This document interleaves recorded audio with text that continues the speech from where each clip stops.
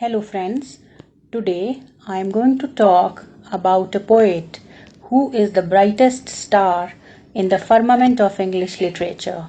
Yes, I am talking about William Shakespeare, the greatest poet and dramatist of all ages.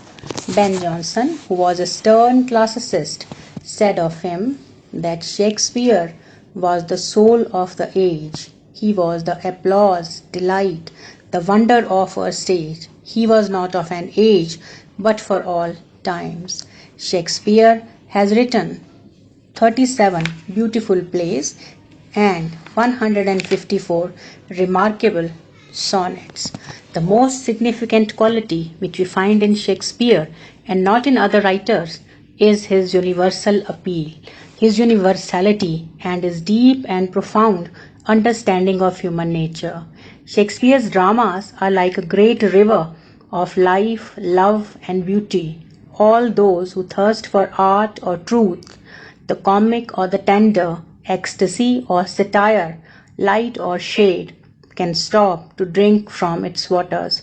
For Shakespeare, in the words of Dryden, was the man who of all modern and perhaps ancient poets had the largest and the most comprehensive soul.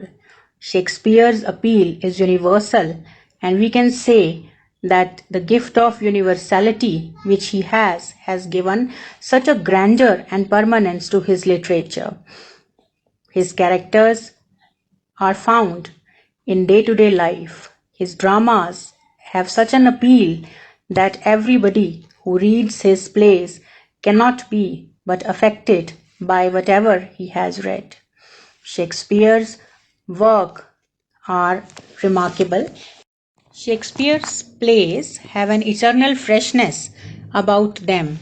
Although hundreds of years have passed since his dramas were written, yet their freshness and their appeal is permanent.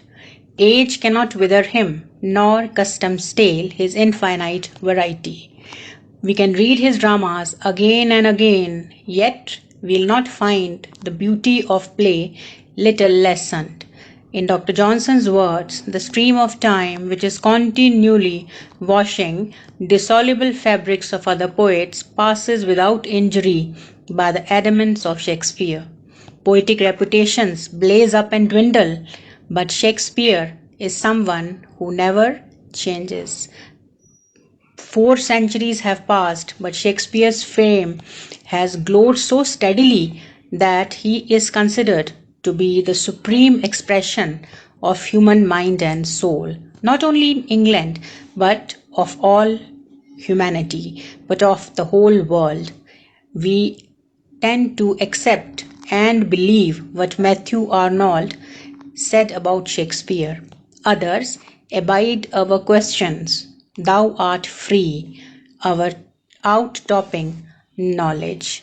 Shakespeare remains the greatest and the most popular playwright and poet of all time. The plays of Shakespeare can broadly be put under 7 groups. The early comedies. The early comedies are The Comedy of Errors, Love's Labour Lost, and The Two Gentlemen of Verona. These can be called the immature plays of the dramatist as they exhibit the early efforts of the writer who scaled greater heights later in his dramatic career. These plays are full of wit and wordplay and verbal quibbling, yet they lack the style and grace of the matured work of the dramatist. The second category is the category of English histories. The plays belonging to this group are Richard II, Henry IV Part 1 and Henry V, Richard III, Henry VIII, King John and Henry VI. In these historical plays, Shakespeare presents British history of 300 years and provides very beautiful portraits of English kings. He also describes the weaknesses of the king. Life of high and mighty is also presented in these beautiful histories. These plays witnessed maturing of Shakespeare's skill in the plot construction and characterization. These plays are remarkable if read for the sake of history alone. Third category is the category of the mature comedies, which are Much Ado About Nothing, Twelfth Night, The Merchant of Venice, and As You Like It. One can find in these comedies that the flower of Shakespeare's comic genius has come to its full bloom. The vitality and vivacity of these comedies is worth appreciating. There is wit and pleasant humor. There is comic spirit and some remarkable female characters like Viola and Portia, who are known for their wit, humor, and intelligence. Next is the category of the somber plays, which are All Is Well That Ends Well, Measure for Measure, and Troilus and Cressida. These are considered comedies as they end happily, but their general note is marked by somberness and tragedies. Sometimes it is said that these reflect a cynical and a disillusioned attitude towards life, which Shakespeare was gradually moving towards. Next is the category of the great tragedies, for which Shakespeare is mainly known for. The greatest of his tragedies are Hamlet, Othello, Macbeth, and King Lear. Shakespeare has presented beautiful human emotions in all his tragedies. His characterization, which are full of gloom, and everything about these tragedies is remarkable. The wonderful lines like life is a tale told by an idiot full of sound and fury, signifying nothing. Lines from Macbeth. There are so many lines from the tragedies which are used in our day-to-day life, like lines from King Lear, I am more sinned against than sinning. Many lines from the tragedies are proverbs now. We use them as proverbs. Beautiful characterization. Characters like Hamlet, Macbeth, Othello, and King Lear are worth remembering. Then is the category of the Roman plays. These plays are Julius Caesar, Antony and Cleopatra, and Coriolanus. In these plays, Shakespeare showed some tragic intensity as well as telling us about the life of Roman kings and queens. And the last plays, which are also called romances, Cymbeline, The Winter's Tale, and The Tempest. In these plays, there was mellowed maturity of Shakespeare. His style is notable and very, very serene. The characters of Shakespeare have a permanent hold on our mind.